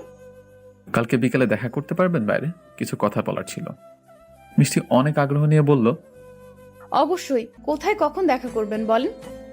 তারপর আমি সময় ও জায়গা বলে কলটা কেটে দিলাম। কাল বিকেলে মিষ্টির সাথে দেখা করব, কিন্তু সকালে আমি ঘুম থেকে উঠে ছাদে চলে গেলাম হাঁটাহাঁটি করতে। শীতের সকাল 8টা বাজে। হাঁটাহাঁটি করতে করতে আমার নিচের দিকে চোখ গেল। নিচে দেখি সেদিনকার সেই ছেলেটি বাড়ির সামনে হুন্ডা নিয়ে দাঁড়িয়ে আছে। আমি ভাবতে লাগলাম, ছেলেটা এখানে কেন? ঠিক তখনই দেখলাম মিষ্টি বাসা থেকে সেজে গুজে বের হলো, আর ছেলেটার হুন্ডায় বসে কোথায় যেন গেল। এটি দেখার পর আমার মনটা সঙ্গে সঙ্গে খারাপ হয়ে গেল। মিষ্টির সাথে দেখা করার ইচ্ছাটাও মরে গেল। তাই মন খারাপ করে সারাদিন রুমে শুয়েছিলাম। কিন্তু দুপুরে বাসায় মামি আর মামাতো বোন আসলো। মামাতো বোনের নাম সুমি, আর আমি সবসময় আমার সাথে দুষ্টামি করে। আমাকে কিভাবে প্যারায় ফেলবে সেই চিন্তায় থাকে। তাই বাসায় এসেই আমাকে খুঁজতে খুঁজতে আমার রুমে চলে আসলো। ভাইয়া ভাইয়া, আমি চলে আসছি। সুমি ক্লাস 10-এ পড়ে, অনেক ফাজিল। আমার কপাল পুড়েছে। তা তো পূর্বেই। শোন, বেশি কিছু বলবো না। বিকালে ঘুরতে নিয়ে যেতে হবে। এখন ট্রাভেল করে আসছি, ক্লান্ত অনেক। এখন বিশ্রাম নিব, বিকালে ঘুরতে যাব, ঠিক আছে? অনেক ঘন পেঁচাল পারে শুনি, জেনে রাখুন। ওকে নিয়ে যাব? আমি হ্যাঁ বলে দিলাম। না বললে আমাকে কি কি বিপদে ফেলবে কে জানে। এই তো গুড বয়, আমার সোনা ভাই। এই বলে হারামিটা একটি চুন্নি মার্কে হাসি দিয়ে চলে গেল। তারপর আর কি, বিকালে সুমিকে নিয়ে বের হলাম। আর এদিকে মিষ্টি হাসপাতাল থেকে বের হয়ে আমাকে কল দিয়েই যাচ্ছে। আমি ফোন ধরছিলাম না, পাশে সুমি ছিল বলে। যখন ফোনে মিষ্টি আমাকে পেল না, তখন সে রিক্সা করে বাসার দিকে আসছিল।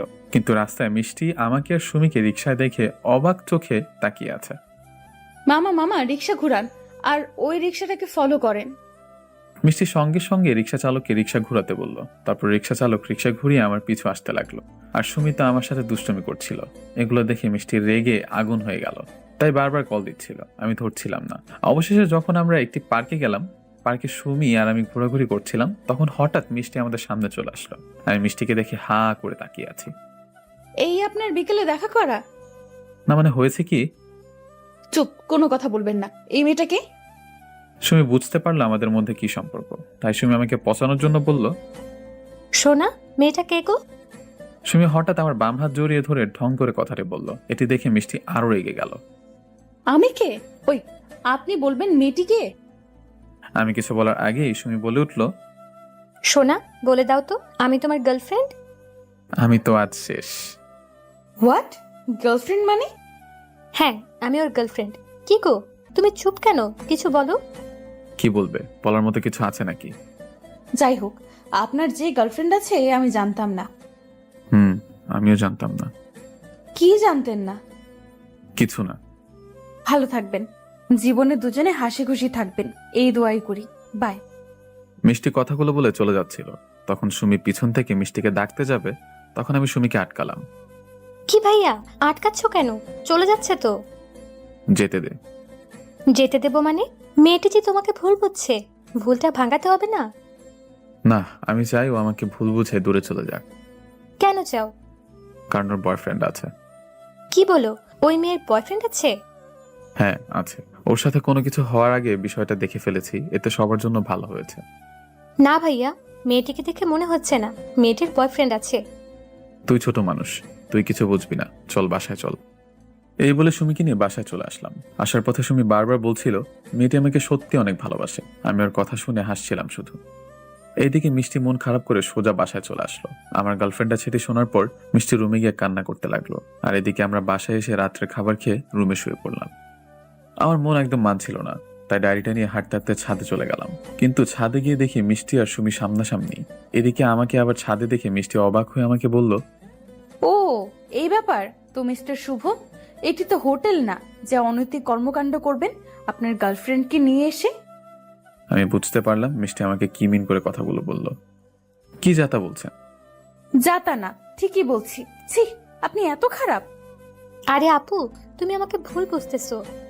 কিসের ভুল? তোর লজ্জা করতেছে না বিয়ের আগে এসব করতে? তুমি এখনই আমাদের বাসা থেকে বের হয়ে যাবা, না হলে আমি বাবাকে ডাকতে বাধ্য হব। কি আজব। আরে আপু, উত্তেজিত হবেন না। আপনি যেমন ভাবতেছেন তেমন কিছুই না। ও আমার বয়ফ্রেন্ড না, আমার ভাইয়া। মানে? আমি ভাইয়ার মামাতো ছোট বোন সুমি। মানে তুমি আমার মামার মেয়ে? হ্যাঁ, ঠিক ধরেছেন। আমরা গ্রামে থাকি, ঢাকাতে আজকেই আসছি। তাহলে তখন কেন বললে ওর গার্লফ্রেন্ড? আপু, তখন তো আমি আপনার সাথে মজা করছি। আমি বুঝতে পারছিলাম আপনাদের দুজনের মধ্যে কিছু চলছে। মজা করা শেষে তো কিছুই বললে না। আরে আমি তো আপনাকে ডেকে সব বলতে চেয়েছিলাম, কিন্তু ভাইয়াই তো নিষেধ করেছিল, বলল বলিস না কিছু। ও আচ্ছা, ভাইয়া বারণ করেছে? আমার কপালে এখন শনি আছে, আমি ওখানে দাঁড়িয়ে ওদের সব কথা বার্তা শুনছিলাম। হ্যাঁ আপু, ভাইয়া নিষেধ করেছে। আচ্ছা সুমি, তোমার ভাইয়ার সাথে কিছু কথা আছে, তুমি কি আমাদের একটু সময় দিবে? অবশ্যই ভাইয়া, তুমি এবার সামলাও। সুমি এই বলে চলে যায়। মিষ্টি সোজা আমার কলার চেপে ধরলো। আমাকে কষ্ট দিতে অনেক ভালো লাগে না? কি করছেন? কলার ছাড়ুন প্লিজ। তোমাকে এত সহজে ছাড়তেছি না। আগে বল, তুই আমাকে কষ্ট দিলি কেন? আমাকে এড়িয়ে চলিস কেন? তো কি করব? আপনি তো আমাকে ভালোবাসেন না, আর আমাকে কি আপনি কষ্ট দেননি? কথাটা বলাতে মিষ্টি আমার কলার ছেড়ে দিল। তুমি কি বোঝো না আমি তোমাকে ভালোবাসি নাকি বাসি না? নাকি বোঝো না বোঝার ভান করে থাকো? বুঝে নিতাম যদি বুঝার ইচ্ছাটা মরে না যেত। বোঝার ইচ্ছেটা মরে গেল কেন? কেন তুমি জানো না? বুঝতে পারছো না কি করেছো তুমি? আমি সত্যিই জানি না আমি কি করেছি। বলো আমি কি করেছি। বলতে খারাপ লাগলেও বলছি, আমি সেদিন তোমাকে ওই ছেলেটার সাথে রেস্টুরেন্টে পার্কে হোন্ডায় ঘুরতে দেখেছি, আর ঘোরা শেষে ফুল হাতে করে যে বাসায় আসলে সেটিও দেখেছি। ওয়েট, তুমি হৃদয়ের কথা বলতেছো নাকি? জানি না ছেলেটার নাম কি, তবে সব আমি নিজের চোখে দেখেছি, আর আজও দেখলাম। সকালে সেই ছেলেটির সাথেই বাড়ির সামনে থেকে হোন্ডায় করে কোথায় যেন গেলে। আরে ধুর, ও তো আমার খালাতো ভাই হৃদয়। সেদিন ওর সাথে সব জায়গায় গিয়েছিলাম, কারণ ও আমাকে ট্রিট দিল। ট্রিট দিবার কারণ হলো ওকে একটি মেয়ের সাথে রিলেশন করিয়ে দিতে হবে।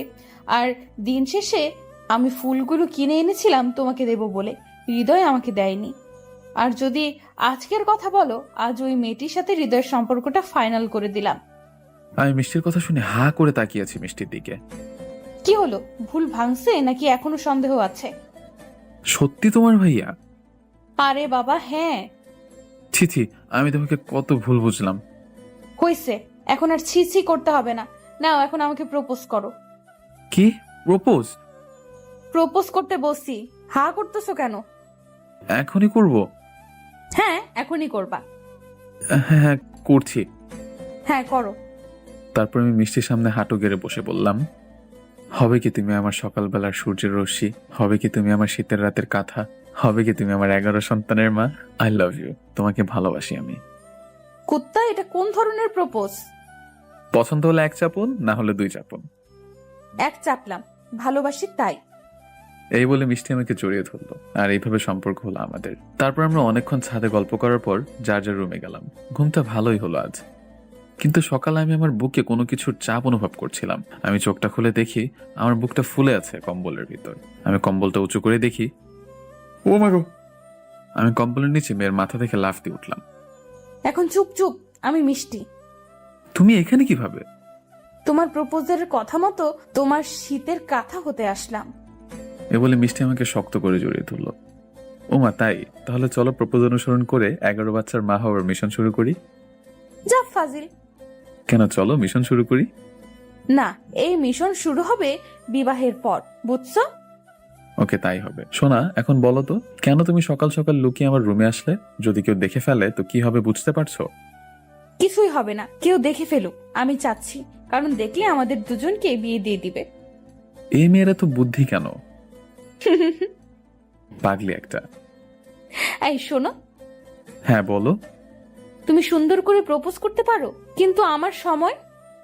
ও এই ব্যাপার, তো আমার প্রিয়, তোমার কি প্রপোজ পছন্দ হয়নি? জানি না আমি। আচ্ছা, আমি এখন আবার প্রপোজ করছি, তুমি চোখ বন্ধ করে আমার বুকে শুয়ে থাকো। আচ্ছা। এই বলে মিষ্টি চোখ বন্ধ করে চুপটি করে আমার বুকে মাথা রেখে শুয়ে থাকলো। আর তখন আমি আবার প্রপোজ করলাম। ভালোবাসা কাকে বলে সেটির সঠিক সংজ্ঞা আমার জানা নেই, শুধু এটা জানি তোমাকে একটি পলক দেখার জন্য আমার বুকের ভেতরটা হাহাকার করে। তোমাকে দেখলেই, তোমার সাথে কথা বললেই মুহূর্তের মাঝেই কেন জানে আমার হার্টবিটটা বেড়ে যায়। সারাটি ক্ষণ মাথায় শুধু তোমার ভাবনায় ঘোরপাক খায়। আর সবচেয়ে বড় ব্যাপার এটা যে তোমার কথা ভাবতে খুব ভালো লাগে। তোমার কথা ভাবলেই মনের মাঝে অসম্ভব রকম এক ভালো লাগা কাজ করে। আমি জানি না এগুলো কেন হয়, আর এগুলোকেই ভালোবাসা বলে কিনা। যদি এগুলোকেই ভালোবাসা বলা হয়ে থাকে, তাহলে বলতে চাই, হ্যাঁ আমি তোমাকে ভালোবাসি, আমার নিজের থেকেও বেশি ভালোবাসি। আমি জানি না এই কথাটি তোমার হৃদয় স্পর্শ করবে কিনা, কিন্তু এটা জেনে রাখো, এই কথাটি আমার হৃদয় স্পর্শ করেই বের হয়েছে। আমি তোমাকে ভালোবাসি মিষ্টি। আমিও তোমাকে নিজের থেকে বেশি ভালোবাসি। কি প্রপোজ মনের মতো হয়েছে? কিছুটা। তোমার মনের মতো জীবনেও হবে না। আচ্ছা শোনো, একটু পর বাসা থেকে বের হবে, সারা দিন আজ ঘুরবো আর বাইরের খাবার খাবো। কেন, তোমার হাসপাতাল? আমার পাগলের সাথে সময় কাটাবো বলে ছুটি নিয়েছি। তাই? আচ্ছা, আমি রেডি হয়ে বের হচ্ছি। আমি এখন আসি। এই বলে মিষ্টি বুক থেকে উঠে চলে যাচ্ছিল, তখন আমি ওর হাত ধরে টান দিয়ে আবার বুকে আনলাম। আরে আরে কই যাও, পাপ্পি না দিলে তোমার ঠোঁট মাইন্ড করবে। এই না, একদম আমার ঠোঁট মাইন্ড করবে না। চুপ করো, আমাকে আমার কাজ করতে দাও। এই বলে আমি মিষ্টিকে থামিয়ে আমাদের 4টি পাপড়ি এক করে দিলাম। কিছুক্ষণ পর মিষ্টি নিজেকে আমার হাত থেকে ছাড়িয়ে, থাক ফাজিল। আমি হাসতে হাসতে শুয়ে পড়লাম আর মনে মনে বললাম, দিনটা আজ অনেক সুন্দর যাবে। কিন্তু এদিকে মিষ্টি চলে যাওয়ার সঙ্গে সঙ্গে খাটের নিচ থেকে একটা শব্দ আসলো। কি চুমাচুমি রে? কে? আমি লাফ দিয়ে খাট থেকে নামলাম। শালা বিয়ের আগে এইসব কি শুরু করেছিস? আমার কথা একটু তো ভাব। এমনিতেই আমি সিঙ্গেল, তারপরে যদি তোমাদের এই চুমাচুমি দেখি বুকটা ফেটে যায়। হারামি, তুই নিচে গেলি কখন? আমি তো ওয়াশরুমে ছিলাম, এসে দেখি তোমরা মুভি শুরু করে দিয়েছো, তাই বাধ্য হয়ে নিচে যেতে হয়েছে। আমি শামীমের কথা শুনে হেসে দিলাম, তারপর শামীমের সাথে একটু হাসাহাসি করলাম। যাই হোক, ফ্রেশ হয়ে বাসা থেকে বের হলাম। সারাদিন অনেক ঘুরলাম আমরা। বাসায় আসার সময় রিক্সায় মিষ্টি আমার হাত ধরে কাঁধে মাথা রেখে বলছিল, আচ্ছা, তুমি জব করবে না? তুমি অন্তত কাজের কথা বলে আমাকে লজ্জা দিও না। কিন্তু তোমার তো একটি কাজ করতে হবে, তোমার পরিবার আছে, আর আমিও তোমাকে বেশি দিন দূরে রাখতে চাই না। তুমি পাশে থেকো, চাকরি পেয়ে যাবো। আমি তোমার পাশে আছি। তারপর আমরা বাসার কাছে চলে আসলে যার যার মতো বাসায় গেলাম, যাতে কেউ না বোঝে। আজ আমি অনেক খুশি। জীবনে একজন গার্লফ্রেন্ড থাকলে কি যে এক অদ্ভুত অনুভূতি অনুভব করা যায়, সেটি বলে আপনাদের বোঝাতে পারবো না। যার গার্লফ্রেন্ড আছে সেই বোঝে। কিন্তু আমরা খুশি, এরই মধ্যে একটি চিন্তা সংবাদ আসলো, যে সংবাদ আমার খুশিকে দমিয়ে রাখলো। আমি তো রুমে এসে খাবার খেয়ে মিষ্টির কলের জন্য অপেক্ষা করছিলাম, আর এদিকে মিষ্টি খাবারের টেবিলে। মিষ্টির বাবার কথায় অবাধ্য হবার কোনোদিন সাহস হয়নি, কিন্তু বাবার এই কথা শুনে মিষ্টি খাবার খাওয়া বন্ধ করে মাথা নিচু করেছিল। মেয়ের চুপ থাকা দেখে বাবা হ্যাঁ মনে করে বলল, মা, তোর সাথে কিছু কথা ছিল। বলো। তুই তো অনেক বড় হয়ে গেছিস, তাই তোর বিয়ের কথা আমরা ভাবতেছি, তুই কি বলিস? মিষ্টি কিছু না বলে মাথা নিচু করে বসেছিল। জসিম সাহেবের ছেলের সাথে তোর বিয়ে ঠিক করেছি। মিষ্টি মাথা নিচু করে বসে আছে। ছেলেটা ইঞ্জিনিয়ার, অনেক টাকা পয়সার মালিক, তুই অনেক সুখী হবি রে মা। মিষ্টি কিছু না বলে শুধু চুপ করে বসেছিল। মিষ্টির বাবা মাই কথা বলছিল এই বিষয় নিয়ে। তারপর খাবারের টেবিল থেকে মিষ্টি উঠে এসে রুমে আসলো। তারপর রুমে দরজা আটকে আমাকে কল দিল।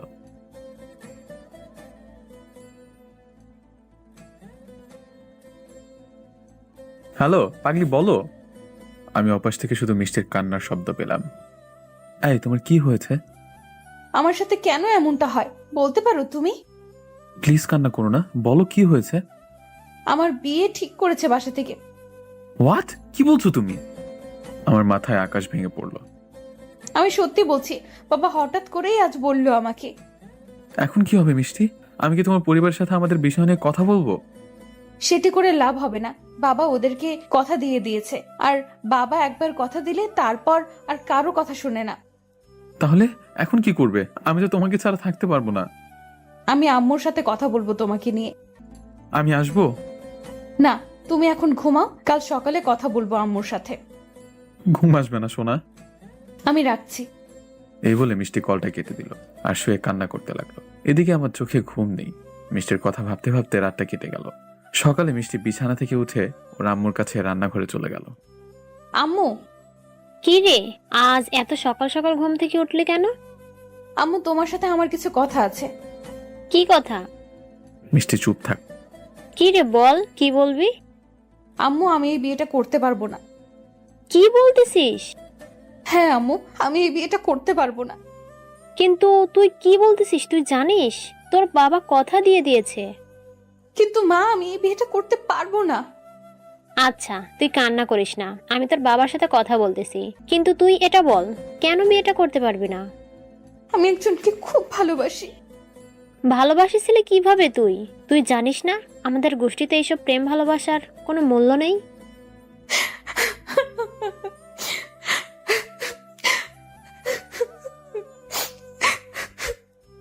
মিষ্টি কিছু না বলে কান্না করতে লাগলো। আমি তোর বাবাকে বলতেছি, দেখি উনি কি বলে। মিষ্টির মা এই বলে মিষ্টির বাবার কাছে গেল। সবকিছু তাকে বলল। মিষ্টির বাবা সবটা শোনার পর মিষ্টি, ওই মিষ্টি, রাগী কণ্ঠে চিৎকার দিয়ে মিষ্টিকে ডাকলো। মিষ্টি বাবার রাগী কণ্ঠ শুনে ভয়ে ভয়ে বাবার রুমের দিকে যেতে লাগলো। রুমে যাবার পর তোর মা যা বললো সব ঠিক সত্য? মিষ্টি কান্না জড়িত কণ্ঠে শুধু তার মাথা নাড়ল। তোর সাহস হলো কিভাবে ওই পাপ কাজ করার? মিষ্টি আবারও কান্না জড়িত কণ্ঠে শুধু তার মাথাই নাড়ল। ছেলেটাকে? মিষ্টি মাথা নিচু করে থাকা অবস্থায় বলল, শুভ। হোয়াট? শুভ? হ্যাঁ আব্বু। কি দেখে ভালোবাসলি বেকার ছেলে? আর ছেলেটাকে ভালো ভেবেছিলাম, কিন্তু তলে তলে এত দূর। ওদের তো আমি এই বাড়ি থেকে বের করে দেব, তোর সাথে বিয়ে দেওয়া তো দূরের কথা। মিষ্টি তখন বুঝতে পারলো বাবা রেগে গিয়ে আমাদেরকে বাসা থেকে বের করে দিবে, তাই কথা ঘুরিয়ে ফেললো। বাবা, আমি শুভকে ভালোবাসি। ও আমাকে ভালোবাসি কিনা জানি না, আমি ওকে কিছুই বলিনি। মিষ্টির কথা শুনে মিষ্টির বাবার রাগ কিছুটা কমলো। ও আচ্ছা, তাহলে শুনে রাখো, ছেলেটাকে ভালোবাসো এটা বলো নাই, আর বলার দরকার নেই আমি যার সাথে বিয়ে ঠিক করেছি তাকে বিয়ে করবা, এটাই আমার শেষ কথা। মিষ্টি জানে তার বাবা মানবে না আমাকে, তাই সে কান্না করতে করতে সেখান থেকে বের হয়ে গেল। মিষ্টি তার রুমে গিয়ে দরজা বন্ধ করে কান্না করতে করতে আমাকে কল দিল।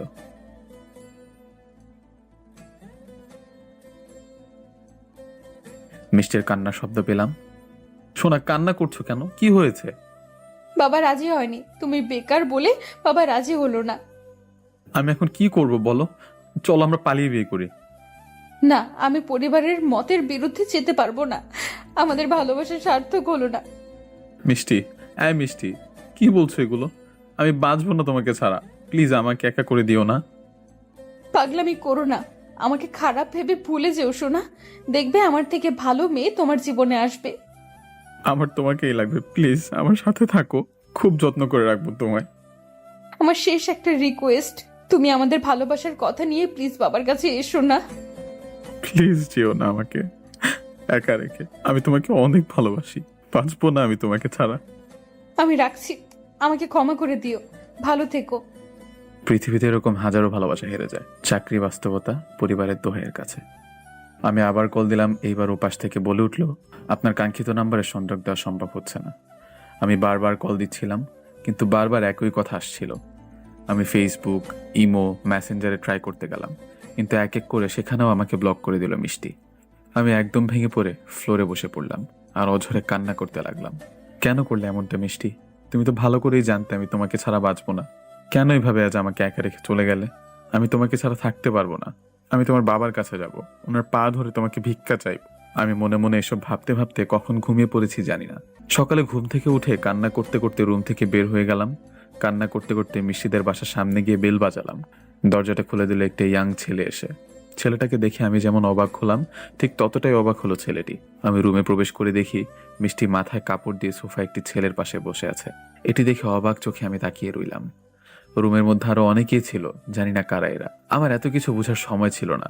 আমি সঙ্গে সঙ্গে মিষ্টির বাবার কাছে গিয়ে ওনার পা জড়িয়ে ধরলাম আর বলতে লাগলাম, প্লিজ আঙ্কেল, আমাদের ভালোবাসাকে ভেঙে দিবেন না।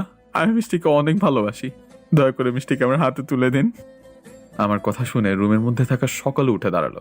আসলে রুমের মধ্যে অন্যরা ছিল, ছেলে পক্ষের লোকজন। ছেলেটাও ছিল যে মিষ্টির সাথে বসেছিল। আপনারা কি ভাবছেন নাটকের মতো ছেলে পক্ষ এগুলো শুনে বিয়েটা ভেঙে দিবে আর মিষ্টিকে আমার সাথে বিয়ে দিবে? এমন কিছুই না। কারণ মিষ্টির বিয়ে যার সাথে ঠিক হয়েছে ছেলেটি ছাত্রলীগের বড় নেতা। দেখুন কি হয়। আরে ভুল বুঝবেন না, ছেলেটাকে আমরা কেউ চিনি না। আঙ্কেল এগুলো কি বলছেন? আমি আর মিষ্টি দুজন দুজনকে অনেক ভালোবাসি। এই কে তুমি? পা ছাড়ো আমার। আপনারা বিশ্বাস করুন, আমি আর মিষ্টি দুজন দুজনকে অনেক ভালোবাসি। আচ্ছা, আমার মেয়ের মুখ থেকেই শুনুন। বল তুই কে এই ছেলে? চিনিস ছেলেটি যা বলতেছে সব কি সত্যি? মিষ্টি তখন অশ্রু ভেজা চোখে একবার আমার দিকে একবার পরিবারের দিকে তাকাচ্ছিল। মিষ্টি বলে দাও, আমি তোমার ভালোবাসার মানুষ। আমি মনে দৃঢ় বিশ্বাস নিয়ে দাঁড়িয়েছিলাম, কারণ আমি জানতাম মিষ্টি কি বলবে। কি রে বল। বল দ্রুত, তুই ছেলেটাকে চিনিস নাকি? তখন মিষ্টি বলে দিল, না, আমি চিনি না একে। মিষ্টির কথা শুনে অবাক চোখে আমি মিষ্টির দিকে তাকালাম। মিষ্টির কথা শুনে আমার মাথায় আকাশ ভেঙে পড়লো। আমার বুকের ভেতরটা কাঁপতে লাগলো। আমি নিজের কানকে বিশ্বাস করতে পারছিলাম না। আমার চোখ দিয়ে না চাইতে পানি ঝরতে লাগলো। শুনলেন তো আপনারা, আমরা আসলে ছেলেটাকে চিনি না। মিষ্টি, মিষ্টি, কি বললে তুমি? এটা আমাকে চেনো না?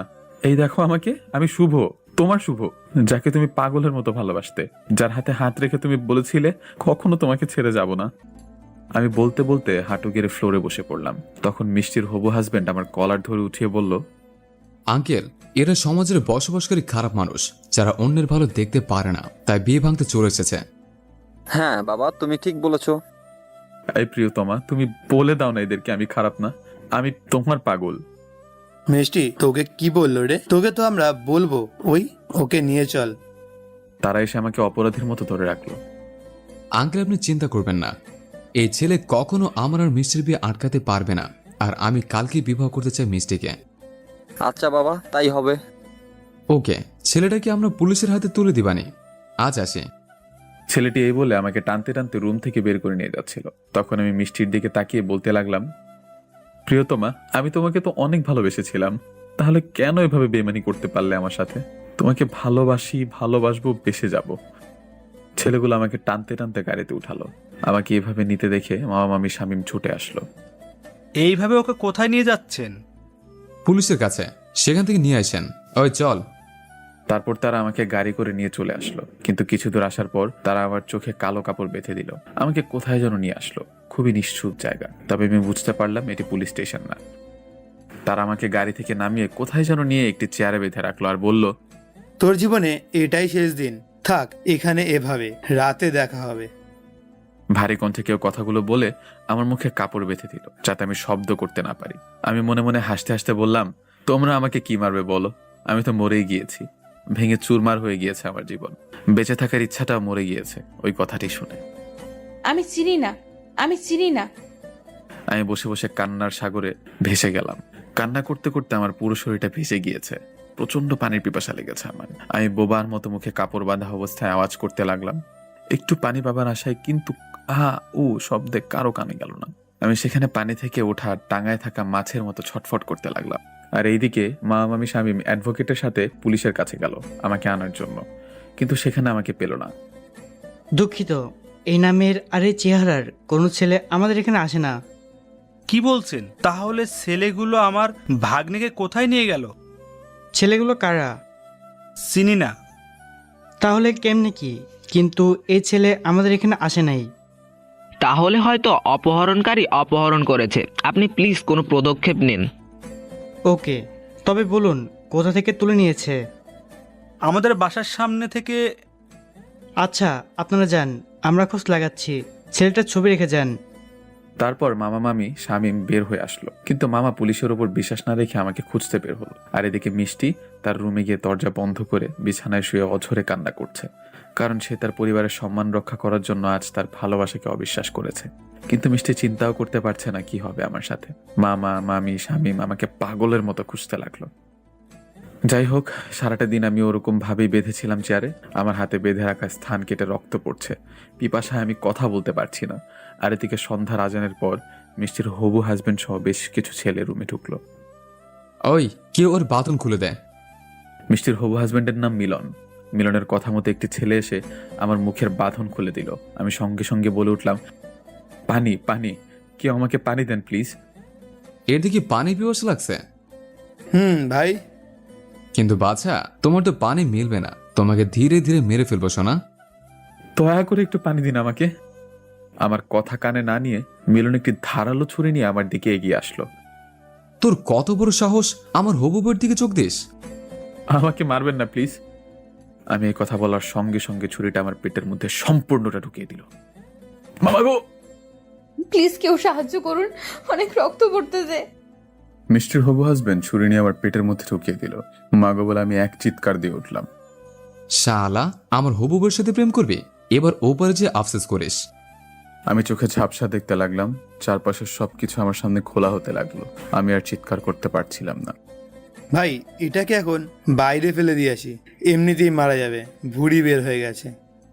যা, ওকে ফেলে দিয়ে আয়, মাঝরাত তো, কারো সাহায্য পাবে না।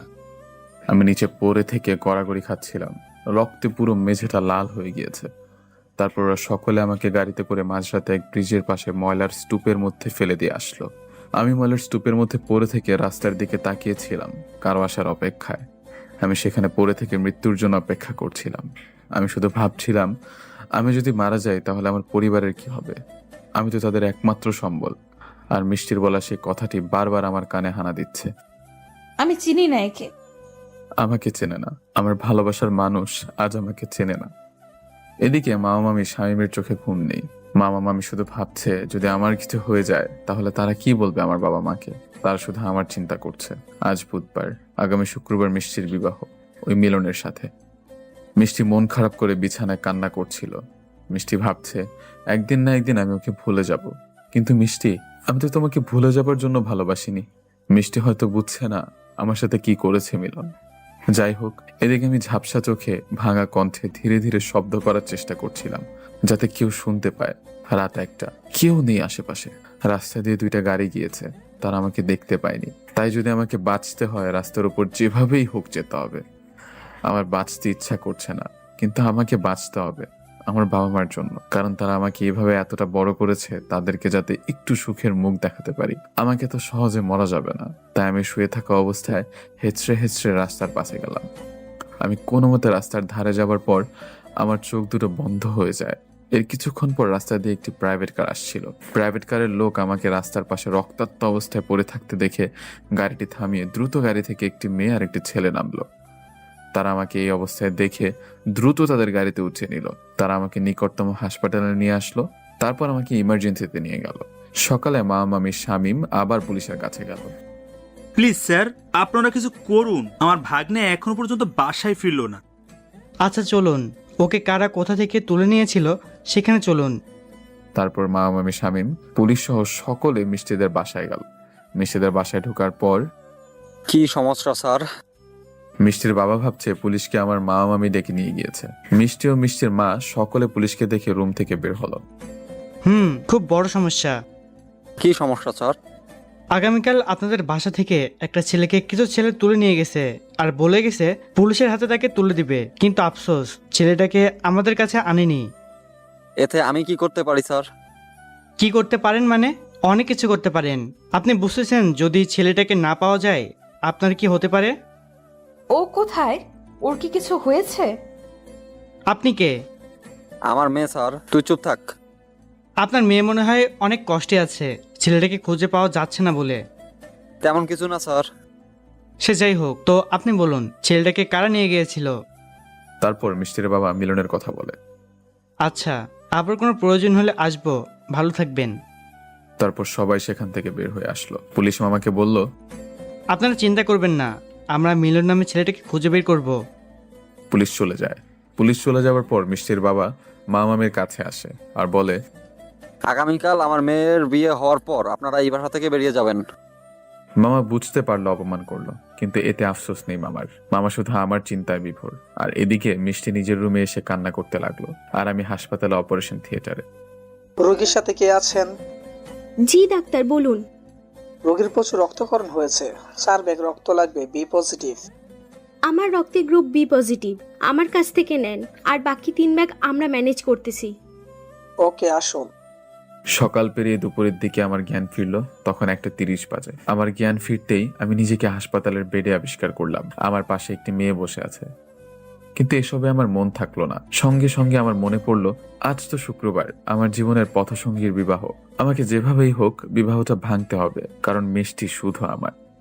আমার জ্ঞান ফিরেছে দেখে পাশে বসে থাকা মেয়েটি ডাক্তার ডাকতে গেল, কিন্তু আমি কোনো কিছু না ভেবে আমি ওভাবেই পেটে সেলাই নিয়ে কোনো মতে একটি গেঞ্জি পরে হাসপাতাল থেকে বের হয়ে গেলাম। আমি হাঁটছিলাম, মনে হচ্ছিল আমার পেটে সেলাই করা স্থান দিয়ে পেট থেকে সবকিছু বের হয়ে যাবে, কিন্তু আমার হাতে সময় নেই। যেভাবেই হোক আমাকে মিষ্টির বিবাহ ভাঙতে হবে। আমি একটি সিএনজিতে উঠলাম সোজা মিষ্টিদের বাসার সামনে যাওয়ার জন্য। আর এদিকে হাসপাতালে আমাকে না দেখতে পেয়ে ডাক্তারের মেয়েটি আমাকে খুঁজতে লাগলো। আর এদিকে মামামি শামীম আবারও পুলিশকে নিয়ে মিষ্টিদের বাসায় আসছিল। মামারা আসার আগেই আমি মিষ্টিদের বাসায় চলে এলাম। গেট দিয়ে বাসার ভিতর যাবার পরই দেখতে পেলাম আমার ভালোবাসা বউ সেজে অন্য কারো সামনে বসে আছে। দৃশ্যটা দেখে বুক ফেটে কান্না চলে আসলো, চোখ দিয়ে অঝরে পানি পড়তে লাগলো। যাকে নিয়ে স্বপ্নের রাজ্যে রানী বানিয়েছি, যাকে নিয়ে বউয়ের স্বপ্ন রাঙিয়েছি, আজ সে আমার সামনে অন্য কারো পাশে বসে আছে বউ সেজে। আসলে কি পৃথিবীতে ভালোবাসা গরিবের জন্য না? আমার পেটে সেলাই করা স্থান থেকে রক্ত পড়ছিল, কারণ সিএনজিতে আসার সময় অনেক ঝাঁকি লেগেছে। রক্তে আমার প্যান্ট লাল হয়ে গিয়েছে। এদিকে বিবাহ পড়াচ্ছেন কাজী। ছেলে হয়তো কবুল বলে দিয়েছে, তাই সবাই মিষ্টিকে কবুল বলার জন্য জোর করছিল। তখন আমি ওদের কিছুটা সামনে গিয়ে বললাম, প্রিয়তমা। আমি অশ্রু ভেজা চোখে মিষ্টিকে ডাক দিলাম সেই নামটি ধরে, যেই নামে শুধু মিষ্টিকে আমি রাখি। আমার কণ্ঠ শুনে বিদ্যুতের বেগে মিষ্টি আমার দিকে তাকালো। আমাকে দেখার সঙ্গে সঙ্গে সেখান থেকে উঠে আমার কাছে আসছিল, কিন্তু মিষ্টির বাবা মিষ্টির হাত ধরে আটকিয়ে দিল। এই প্রিয়তমা, তোমার জীবন তো এখানে, তুমি কার পাশে বসে আছো? আমাকে দেখে মিলন অবাক। তারপর মিলনের বন্ধু তার হাতে একটি লাঠি নিয়ে আমার কাছে আসতে লাগলো। প্রিয়তমা, আমার চোখের দিকে তাকাও। আমার ডাকে মিষ্টি আমার চোখের দিকে তাকালো। মিষ্টির চোখেও পানি আর আমার চোখেও পানি। মিষ্টি আমার চোখে তাকালে আমি বলে উঠলাম, ভালোবাসি, আমি মিষ্টিকে অনেক ভালোবাসি। এটি বলার সঙ্গে সঙ্গে মিলনের সেই বন্ধু আমার কাটা জায়গায় পেটে খুব জোরে একটি ঘুষি দিল। সঙ্গে সঙ্গে আমার পেটের সেলাই ছিঁড়ে গেল। আমি মাটিতে পড়ে গেলাম। কেউ আমাকে বাঁচাও। চিৎকার দিয়ে মাটিতে পড়ে গেলাম। মিলনের বন্ধু যে আবার আমাকে খুশি দিতে যাবে, তখনই পুলিশ সহ মামা মামি শামীম চলে আসলো। পুলিশকে দেখে মিলনের বন্ধু লাঠি ফেলে দিয়ে পালাতে যাচ্ছিল, সাথে মিলনও বিয়ে ছেড়ে পালাতে যাচ্ছিল, কিন্তু পুলিশ তাদেরকে ধরে ফেলে। আমার পেট থেকে এভাবে রক্ত পড়তে দেখে মিষ্টি ঝাড়ে দিয়ে তার হাত ছুটিয়ে কান্না করতে করতে আমার সামনে আসছিল দৌড়ে। আমি মিষ্টিকে আসতে দেখে নিচে পড়ে থেকে অশ্রু ভেজা চোখে তাকিয়ে দেখতে লাগলাম। মিষ্টি আমার কাছে এসে আমার মাথা তার কোলে নিয়ে কান্না করতে করতে বলল, এই তোমার কি হয়েছে? কিছু সময়ের জন্য আমি আমার সব যন্ত্রণা ভুলে গেলাম। মিষ্টিকে আমার পাশে দেখে এক ভালো লাগা কাজ করতে লাগলো। যাক, তাও তো এই ভালো লাগাটা নিয়ে মরতে পারবো। প্লিজ কেউ সাহায্য করুন, অনেক রক্ত পড়তেছে। আমি আমার রক্ত মাখা হাতে মিষ্টিকে স্পর্শ করলাম। আমি মিষ্টির চোখের দিকে তাকিয়ে আছি আর বললাম, মিষ্টি, আমি শুভ, চিনতে পেরেছো? তোমার ভালোবাসা, যার ভালোবাসা পাবার জন্য কত পাগলামি করেছো, আমি তোমার শুভ, চিনতে পেরেছো প্রিয়তমা? মিষ্টি কিছু না বলে কান্না করতে করতে আমার মাথা জড়িয়ে ধরে বলল, আমাকে ক্ষমা করে দাও, আমি অনেক বড় ভুল করে ফেলেছি। হাই প্রিয়তমা, কান্না করো না প্লিজ। তুমি কান্না করলে আমি মরেও শান্তি পাবো না। তুমি আমাকে চিনেছো, এখন আমি শান্তিতে মরতে পারবো। প্লিজ এসব বলো না, আপনারা কেউ প্লিজ সাহায্য করুন। আমার দিকে তাকাও, আমার সময় নেই। সবকিছু ঝাপসা হয়ে আসছে প্রিয়তমা। একসাথে করে বাঁচতে চেয়েছিলাম, কিন্তু সেটা আর হলো না। তুমি প্লিজ থামো। আমাকে পড়তে দাও সোনা, আমার একটি শেষ ইচ্ছা আছে, রেখো প্লিজ। আমি ছাড়া আবার বাবা মাকে দেখার মতো কেউ নেই, তাদেরকে একটু দেখো প্লিজ। আর এখন তোমার কপালটা আমার কাছে আনবে একটু। মিষ্টি কান্না করতে করতে তার কপাল আমার মুখের সামনে এনে বলল, তোমার কিছু হবে না আমি থাকতে। আমি মিষ্টির কপালে চুমু এঁকে বললাম, ভালোবাসি, অনেক ভালোবাসি তোমাকে মিষ্টি। তারপর চিরদিনের জন্য আমার শ্বাস প্রশ্বাস বন্ধ হয়ে গেল। আমি নড়ছি না দেখে মিষ্টি বলল, শুভ, শুভ, এই শুভ, এই শোনা, কি হলো তোমার? এই তোমার প্রিয়তমা তোমাকে ডাকতেছে, এই ওঠো না, এই শুভ। মিষ্টি আমাকে জড়িয়ে ধরে কান্না করতে লাগলো। হাজার ডাকলেও তোমার শুভ আর উঠবে না মিষ্টি, আর বলতে পারবে না ভালোবাসি।